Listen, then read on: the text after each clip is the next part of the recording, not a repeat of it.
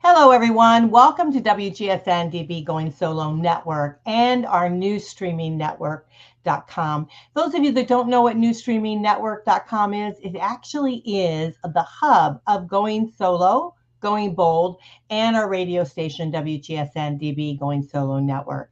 You know, I tell you what, I am so happy to have you guys on the show here tonight. Our show is called Going Solo with Cece.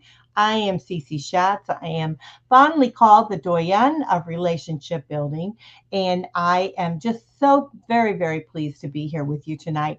I talk a lot about relationships. We talk about divorce, dating. I'm a life coach, and we really want to be able to help those who are in need as they are making that transition into maybe being single or whatnot. But tonight we're going to have a very important subject that we're going to talk about. We're going to talk about domestic violence. It's something that a lot of people don't like to talk about, right? It's kind of still one of those hush things, and it really shouldn't be because there's so many different ways and different ways about going about domestic violence. You know, we all think about domestic violence as being, physical, hurting, harmful, which it is, right? That is definitely one of them. But there's an oodles of different types of domestic violence that's out there.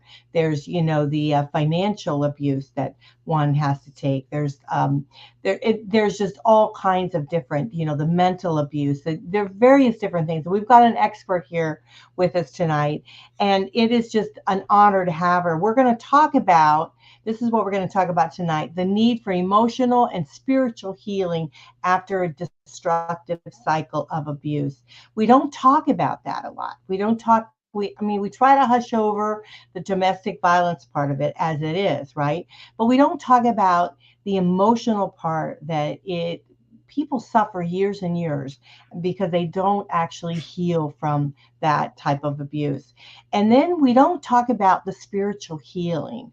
And often we have on this show, every now and then, we've talked about how important it is to be really in touch with your higher power. And tonight we have a wonderful guest, and we're going to bring her up here forward. Let's bring her here now. Hello, how are you? Hi. Good, good. How are you, Cece? Well, we have Angela, and it's Sarabia. Sarabia. Sarabia. You got it. Yeah, I'm sorry about that. But you used to be a prosecutor, and you were really on the front lines to fight against domestic violence. And you have really prosecuted abusers, and you've worked for volunteers for local shelters, and you really have been a voice in your community against domestic violence.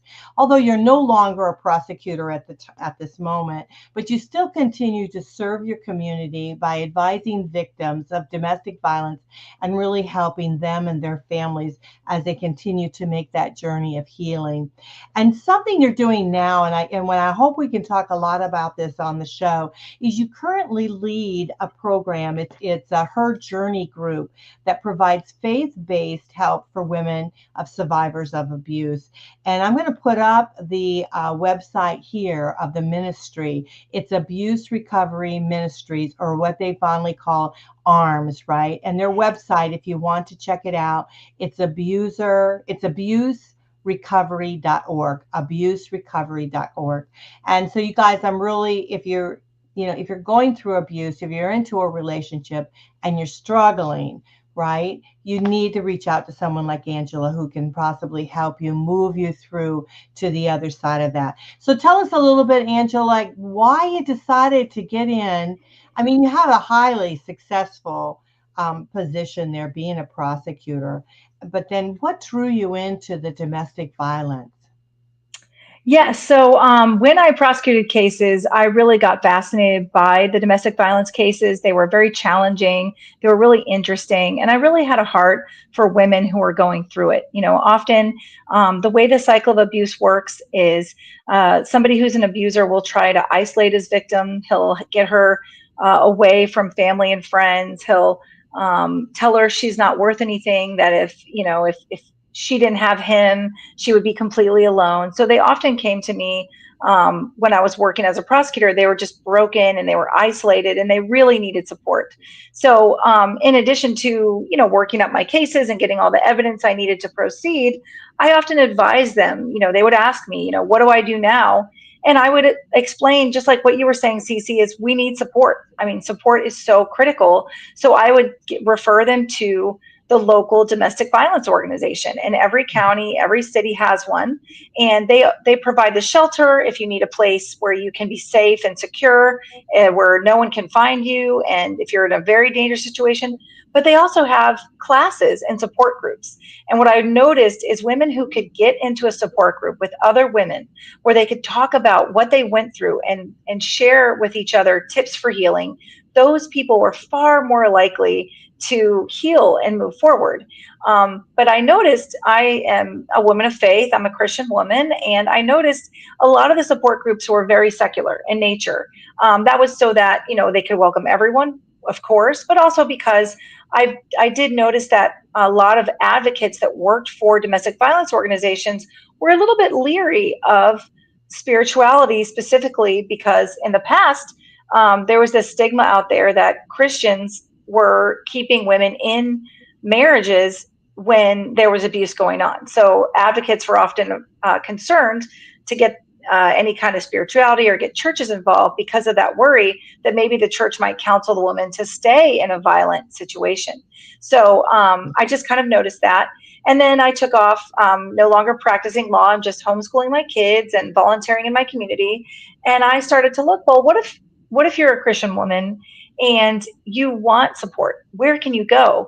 And so I just started searching, and it was really hard to find. But I found ARMS, and I contacted them, and I said, I want to be part of what you're doing. I want to offer healing for women of faith. What does the Bible have to say about how God is a God of protection and safety for women? And they had so many amazing resources to help. And so just kind of preparing for this podcast, and this is something I was aware of, the national statistics are that 1 in 3 women and 1 in 4 men have been physically abused by an intimate partner, and 1 in 5 women and 1 in 7 men have been in a severely physically abusive relationship. So that just means the problem is so huge, but we never talk about it. And what I found when I looked into it is that any faith, so Christian faith, Muslim faith, Jewish faith, the rates of abuse in those communities are about the same as the public at large. So I just started looking around. My small church might have 200 people coming any given Sunday. I mean, you do the math, that's a lot of people either who are currently in what may be a physically violent relationship, or they've been through one in the past. And if you're whatever faith that you're practicing, you need to address what it means for you and for your faith once you get out of that relationship. I mean, healing physically is quick. If you've got bruises, even a broken bone, 6 weeks and you're pretty healed. But what about the emotional healing? What about the spiritual healing? For emotional healing, there are therapists that you can go see, and they can help you with that. But women of faith need spiritual healing. And so one statistic I looked up about that, and it's kind of this interesting double-edged sword, where on the one hand, our faith can be a source of strength for us to get out of a really bad situation. So it could be this really good thing that pulls a woman out of it and helps her survive. But if the abuser is quoting Bible verses at her, or from whatever spiritual book, if it's the Quran, if it's the Torah, and kind of telling her that her duty before God or before her higher power is to stay, then that could lead to this thing that I found in the literature called spiritual abuse, where somehow your faith and your spirituality is being used against you, and you're made to feel guilty. Well, gee, if God or my higher power instituted marriage, then if I leave, I'm doing something wrong or bad or sinful. So that could lead to a woman, and I've seen many cases where a woman, once she gets out of a marriage, and let's say she was Christian or she was Jewish, then when she gets out of that, she leaves her faith because the people in the church weren't able to help. They didn't know what to do. And that can be traumatizing, to lose our faith that was so important to us. Yeah, you're so right. We need support as we're going through that. It's so very, very difficult, that because like I said at the beginning of the show, there's so many different degrees of domestic violence or domestic abuse. Hmm. There's so many different ways in which to do the domestic abuse. And then you add the spiritual abuse on top of that. I mean, it's really, really difficult for those that are going under it to be able to, they're looking for support. They're looking to be able to figure out their life because their life is just, I was told one time that a lot of time women stay in a relationship like that is because they just don't know any different, right? They're used to the abuse and the constant abuse that's happening to them, and they're afraid that if they step out of it, what will they have, you know? Right. And And I yeah. want to be clear about that. I mean, it is, I think you're onto something there. It is the case that when someone is in an abusive relationship, it's very uncomfortable. I mean, nobody likes it. So Mhm. it's not like, oh, I've gotten used to this. This is what I know. So I don't have a problem with it. It is very horrible, but it has become a situation where because he's isolated her, and I'm using the pronouns he and she because the vast majority of domestic violence cases are female partners being abused by a male partner. That is typically the case, although not always. But he has isolated her. He has made her feel worthless. And he has constantly told her that she's no good, she's not enough. And if she left the relationship, she would be completely alone. I've talked to women in some of these groups who have shared that, yeah, he made me feel like my own family didn't love me. My own friends never really cared about me. And I just felt so alone. So the abusers kind of created this world in the victim's mind where they have to put up with this because they truly have no choice. So it's not really a comfort level because abuse is extremely uncomfortable, but it's more this fear of the unknown that if I step out of the relationship, I truly will be alone in this world. And if she's got children that she shares with the abuser, he may have told her that there will be no support for the kids, they'll be harmed in this, and she, as any good mother would, wants to sacrifice her own personal comfort for the good of her children. And but the fact is, all those things are always lies. Victims have a lot more support than they think they do. And I think one of the important messages I hope your listeners get from just listening to this podcast is there are so many resources out there for victims. Mhm. Like I said, every county, every city has a domestic violence organization. And even though churches are kind of all over the map in terms of how they handle this, going to churches can be a great place if you're a person of faith to find support because usually there's a community centered around faith there, and really community can often mean support. So in our church, my small church I go to, we provide instant community. Anybody that walks in the doors that wants to affiliate, wants to be part of, gets to be part of, and that can be an amazing lifeline for a victim. So I just encourage people, if they've already have a faith or maybe they were raised in a faith, to seek that out if they are in a situation where they need that support. It could be a really good place to go.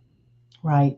Yeah, that's important for them to know that there is a place that they can go to, and they just have to really try to seek someone out to be able to tell them what they're experiencing. And again, it may not be physical. You may be just, Yes. the individual could just be experiencing mental or financial abuse where you can't go Well, anywhere because they take the I money wanted away to touch from on that you.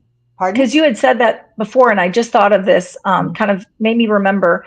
A lot of times, I would get this question from somebody who, let's say, it's not so physical, just like what you're saying, Cece, and it's a little bit unclear. Like, okay, he's restricting the finances, or he's criticizing me a lot, and it hasn't gotten so physical. How do I know that I'm in a relationship that's abusive?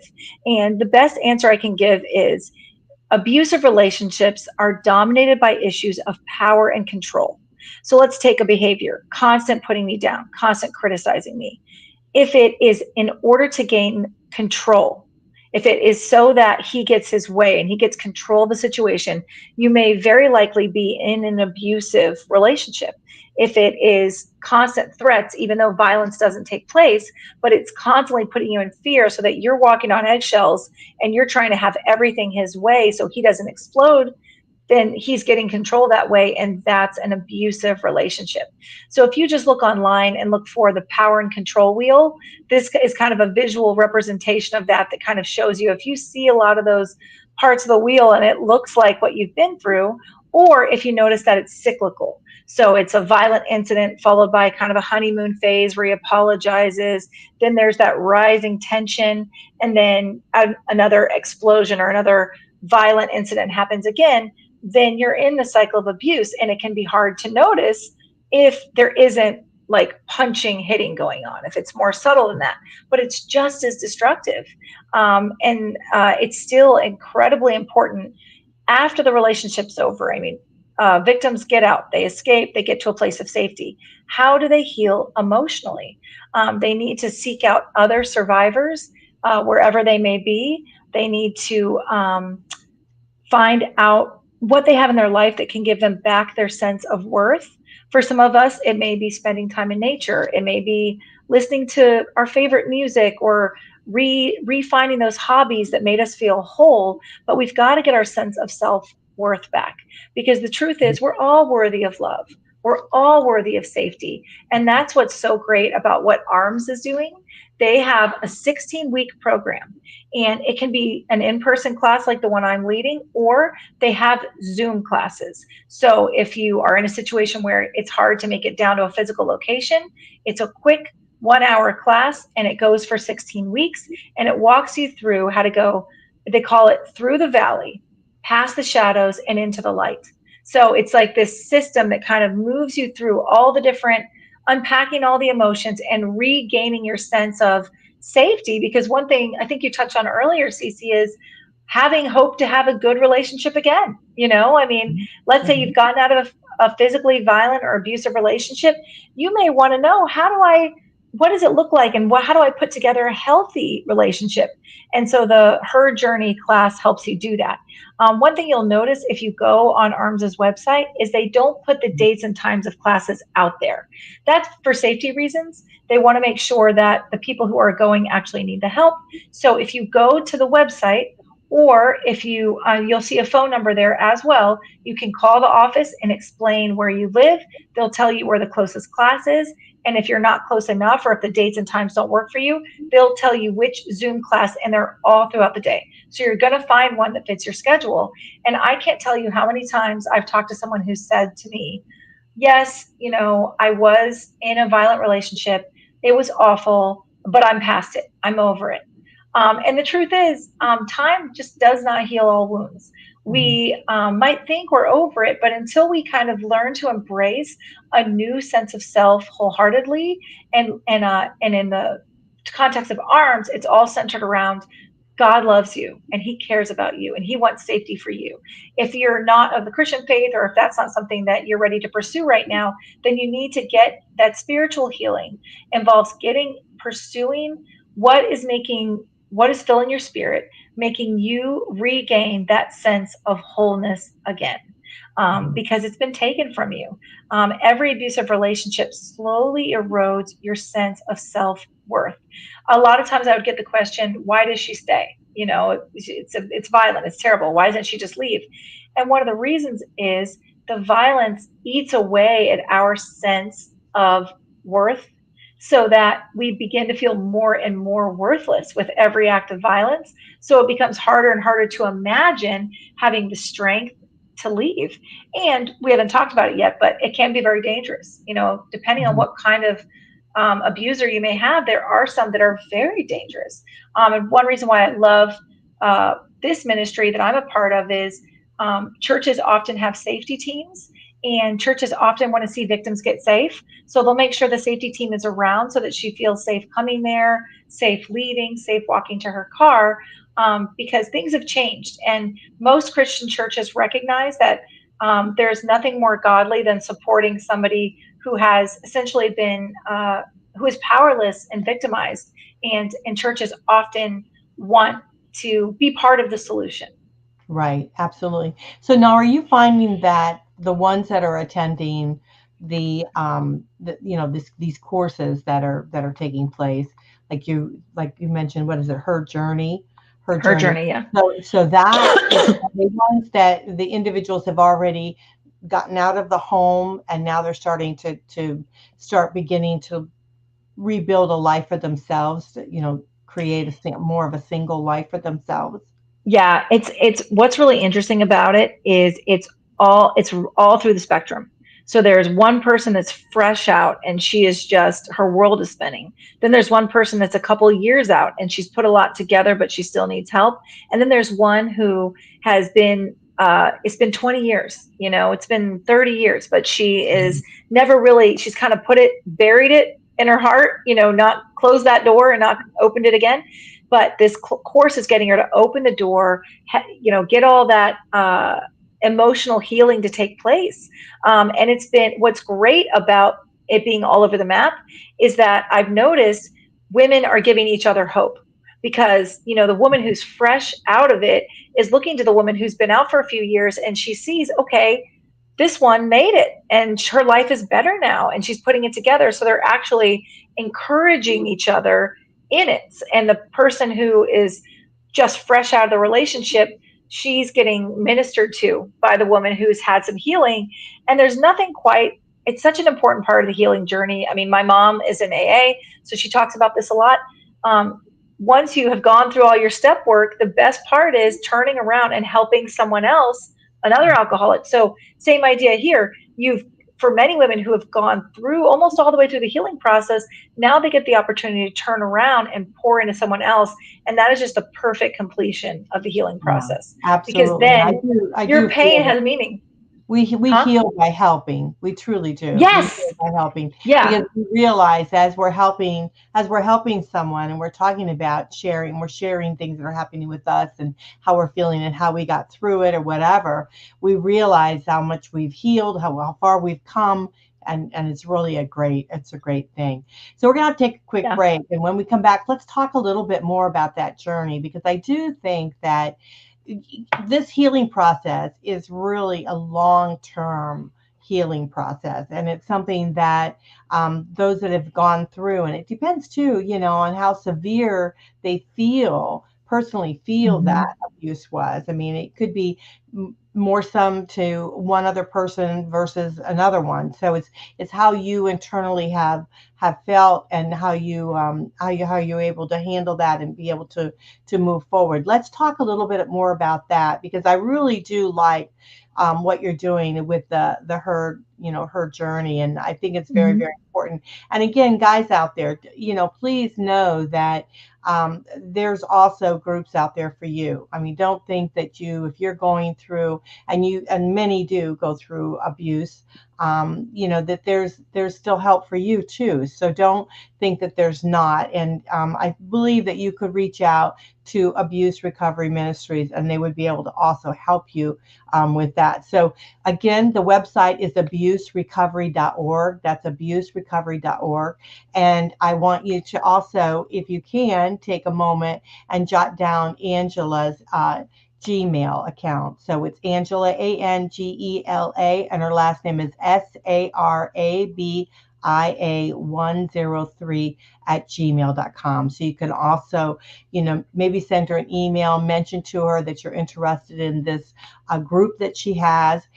Again, it provides faith-based help for women survivors of abuse. And if you're a guy, reach out to her and tell her, and she'll find something for you that you can do. So we're going to take a quick break. You guys are listening to WGSN-DB Going Solo Network, which is home of newsstreamingnetwork.com, home of Going Solo, Going Bold. And I am Cece Shatz. It is a pleasure to be with you here tonight. We'll be just back in 30 seconds, so hang tight.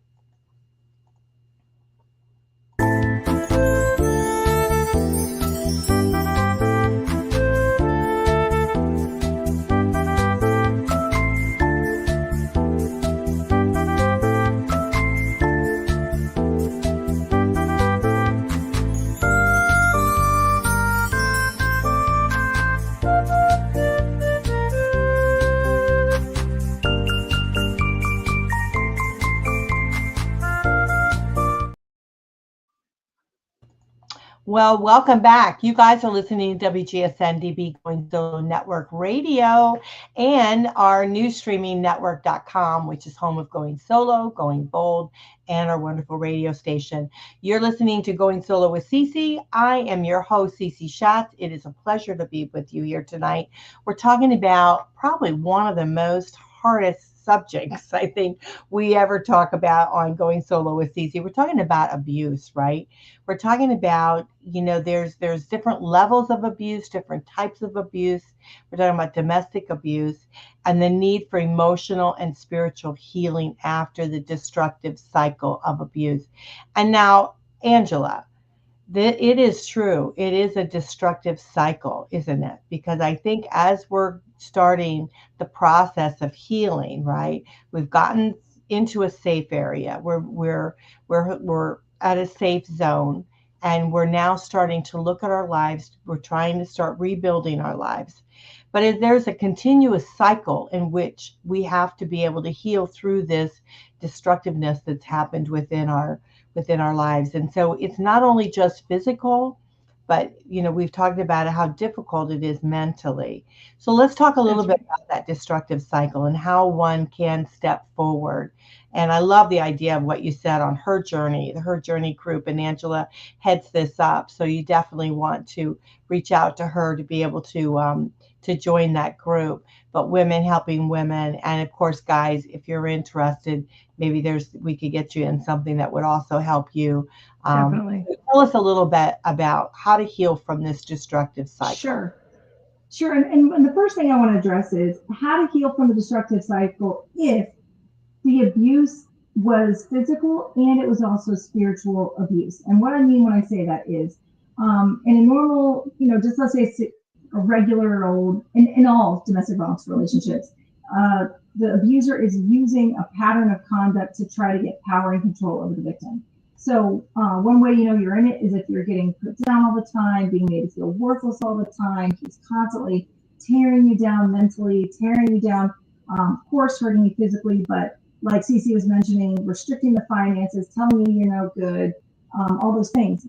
If the spiritual abuse comes in, let's suppose in another attempt to get coercive control over you, he started quoting scripture. He's taken your faith and he's hit you over the head with it. Maybe let's say you're Christian and he's pulled out a Bible verse. Women, you got to be submissive to your husbands. If you're Jewish and he pulled out something from the Torah and told you about, you're not going to be a good practicing Jew if there's divorce. If he's used your faith as another tool in his toolbox to make you feel as if you don't have control of your life and he does, then you may be in a situation where you have been abused mentally, physically, and spiritually. If that's happened, then your healing process needs to involve spiritual healing. So that may involve embracing Bible verses that are they're about how God is a God protecting the powerless. How there's all kinds of verses in the Bible about God being angry at those who are abusing the poor and the immigrant and the lost and the helpless. And sometimes going to a group like ARMS that can give you those verses to give you that sense that no, you're not doing something wrong or bad or sinful when you escape a marriage where you were being abused physically and emotionally and spiritually. In fact, you may be in the center of God's will to say no to that destructive, abusive behavior and say yes to living a life of safety and support. So that's one huge aspect of the healing. Another is recognizing that every single thing that went on was indeed wrong, because a lot of times abusers will justify their behavior. Yes, I did hit you, but it was because you made me angry. So she's been kind of made to feel that whatever happened to her either wasn't as bad as she thought, it wasn't that wrong, or it's her fault. So a huge part of the healing process are all of these ways that we are made to understand that his behavior is his responsibility. And no one is responsible for his behavior but him. So you are not, the abuse that you suffered is not a result of your behavior. It's not because you did something wrong. And that's huge. It's something I think a lot of times victims sort of kind of have that head knowledge. They know it's not their fault, but they haven't gotten that knowledge into their heart. That's why a support group is so important, because we have to kind of talk about those feelings and get them out into the open so that they can be addressed and work through. Another thing I've noticed as I've led the group is a lot of times when we're in an abusive relationship, we develop all kinds of tools for survival. We learn how to suppress our own feelings and how to only care about his. We learn how to just behave sort of emotionless and numb in a very stressful situation.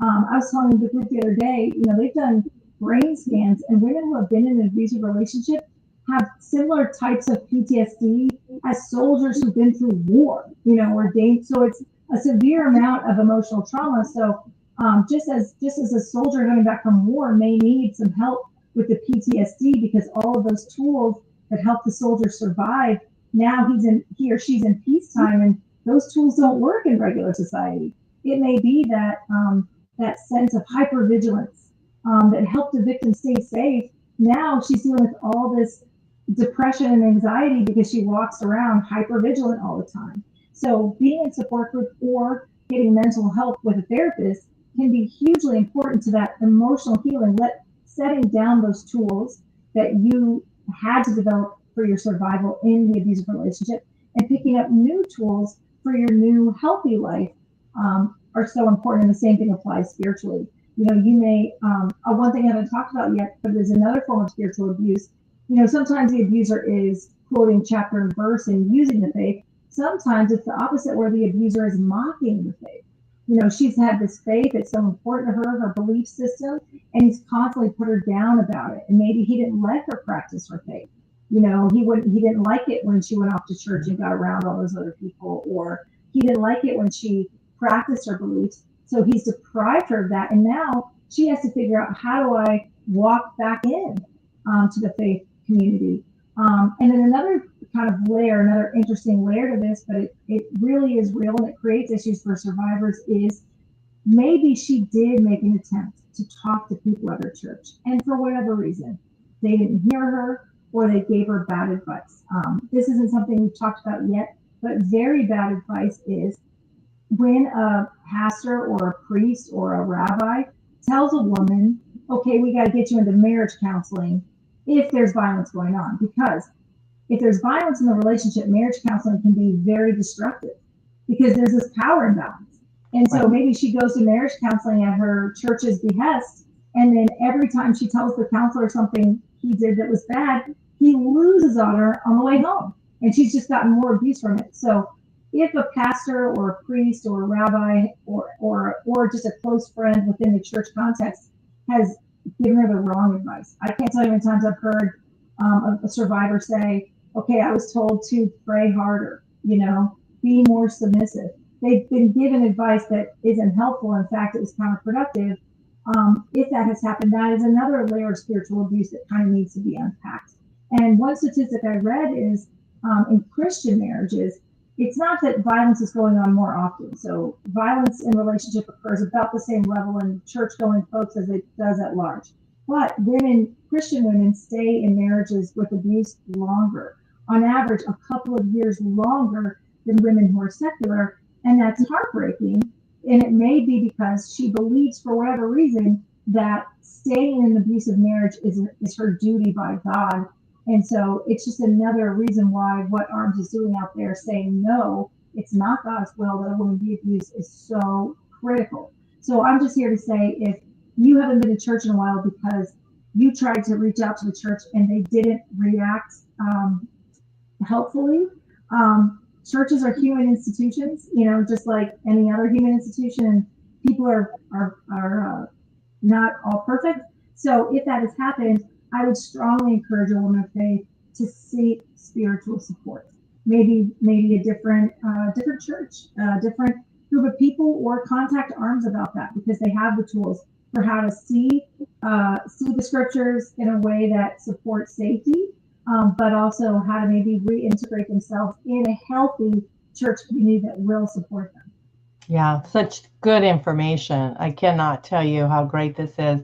It's really a tough time because they're going through and they're in love with somebody that's abusing them and they just can't figure it out. It's very, very difficult, and it's almost like that person that's abusing them is holding all the cards at times. And it's not Definitely. the case. I mean, it's all about control. And you said it right from the beginning. It's totally about control. And if you look at your relationship, and it is all about, it's like you feel like the cards are stacked against you and it's all about Hmm. control, then you're in a domestic violent type of relationship. And it doesn't necessarily mean that someone has to put hands on you and cause physical harm. But you just need to know that that's not a normal, healthy relationship. And so you need to reach out to someone somewhere. And Yes, I would say baby steps. So a lot of times a woman is in a situation where at least there's violence, there's abuse, but at least this is what she knows. right. One person gave me the analogy. It's like when you're leaving a cult, right? You're on the cruise ship. At least you might not like everything that happens on the cruise ship, but you understand it would be like leaving feels like going on an excursion and just walking off into the woods. You're going into a completely unknown situation and it can feel really scary. So a lot of times a woman isn't quite ready to just walk away. So I would suggest baby steps. You know, You put my email up there, email me, reach out to one really good piece of advice I heard a survivor give was you have a trusted friend. Everybody has a couple friends, hopefully.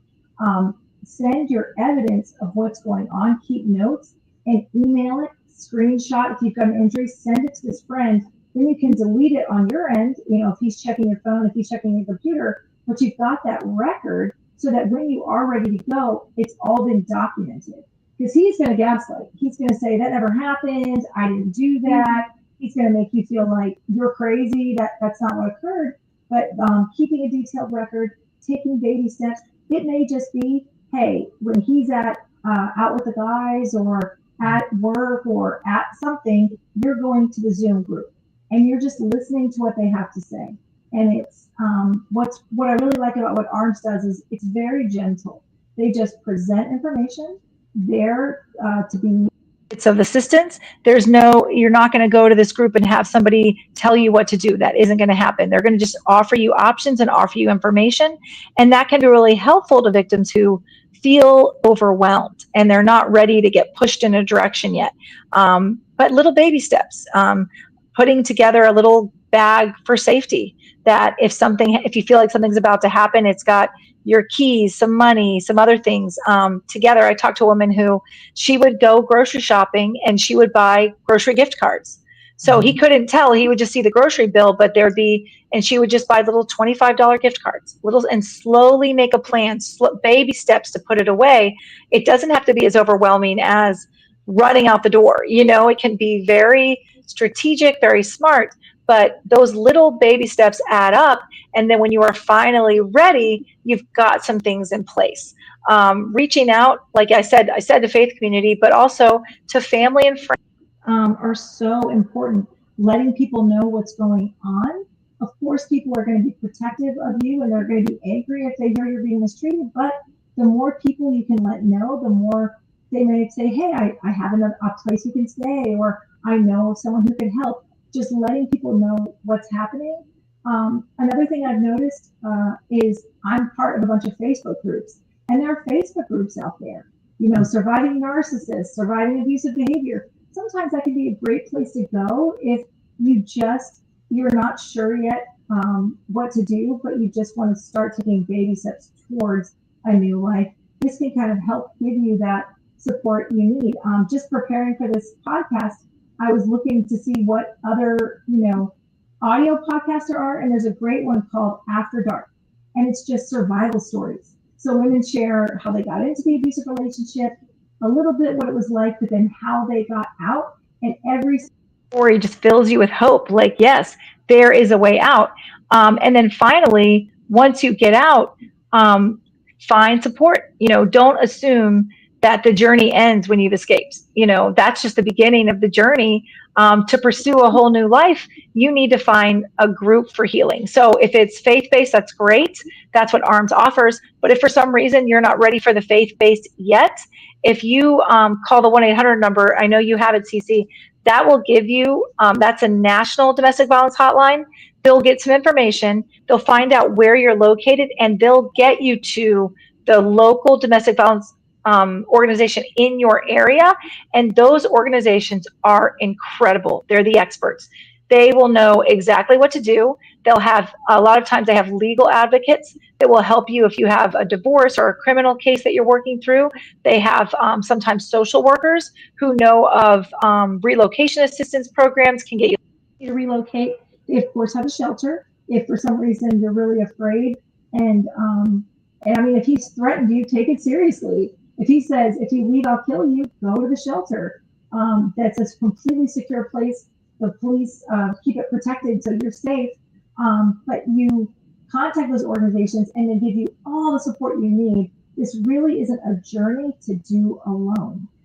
It can be absolutely. You're so right. You know, it's going to be a process, right? That they're going to be going through, and it's a transition that you're going to be making. So you're not only transitioning from that relationship, you know, into starting this journey for yourself, but you're also stepping into a whole new life. And so that's going to take. And I would say that if you haven't had that support, and we didn't talk about this yet, but we're like it reoccurring. So what often happens in domestic violence relationships is they leave, the woman leaves.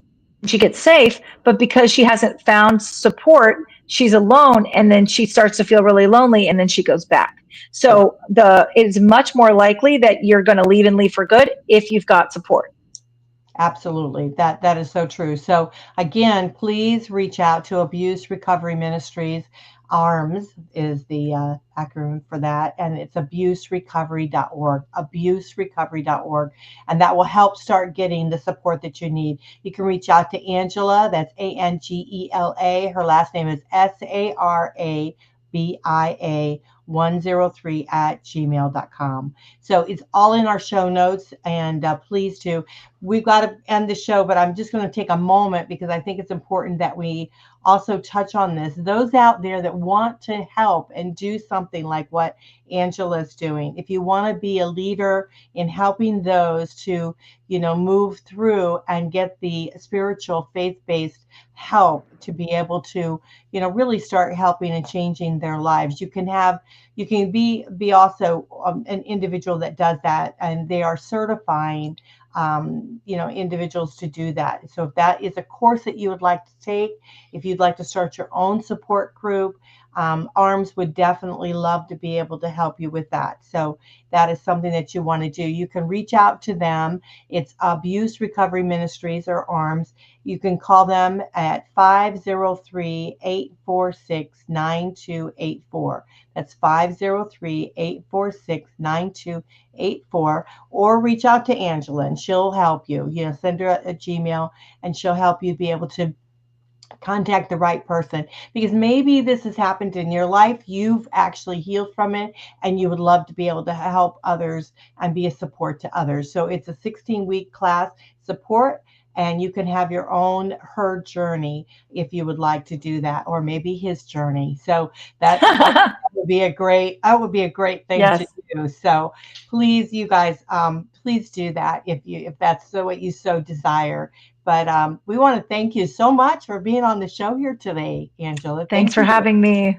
Oh, it is wonderful having you. It absolutely is wonderful. Again, the 1-800 number for the domestic violence hotline is 1-800-799-7233. That's 1-800-799-SAFE. That's 7233. So if you are at all worried about domestic violence, you and your children, please call that, and they will start the wheels rolling. What you need to do, the biggest thing you need to come up with is a plan. We have shows on this network, on the new streaming network, on our YouTube channel, also WGSN-DB, Going Solo Network. It's a Stop abuse. And so there are a whole bunch of shows there helping you come up with a plan that you might need to do to be able to get secure and move into that transition of stepping into your own life. So thank you so much, Angela. We appreciate you being here. So any it was fun. Thanks for having me. So anything you'd like to close out with? Yes. It's definitely the case that we often feel powerless when we're in this kind of situation.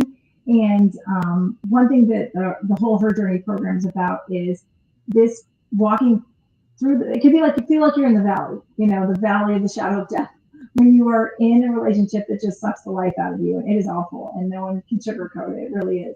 But it's not where God wants us to stay. So He wants us to move through it and into His light. And so, regardless of whatever your beliefs, your faith system is, it is really the case that there is hope on the other side. And every small step you take getting out of a dark and bad situation is ultimately just going to yield so much life to you. So I just encourage everybody to take the steps they need to take to feel wholesome and safe, because at the very least, everyone should feel safe in their own home. Absolutely, absolutely. Well, if you guys would like to reach out to me, all you have to do is go to goingsolonetwork@gmail.com.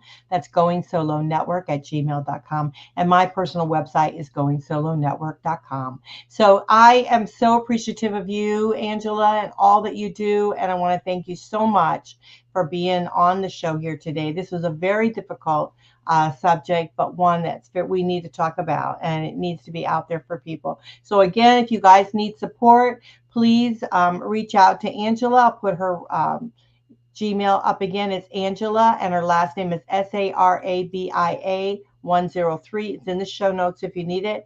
If you need to get help immediately, call 1-800-799-SAFE 7233.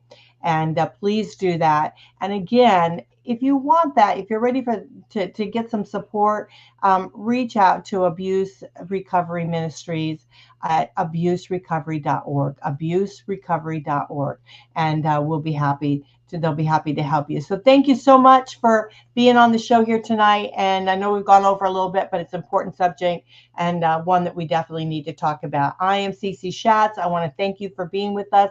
You're listening to the newstreamingnetwork.com, home of Going Solo, Going Bold, and our wonderful radio station, WGSN-DB Going Solo Network. We'll see you next time. Bye for now.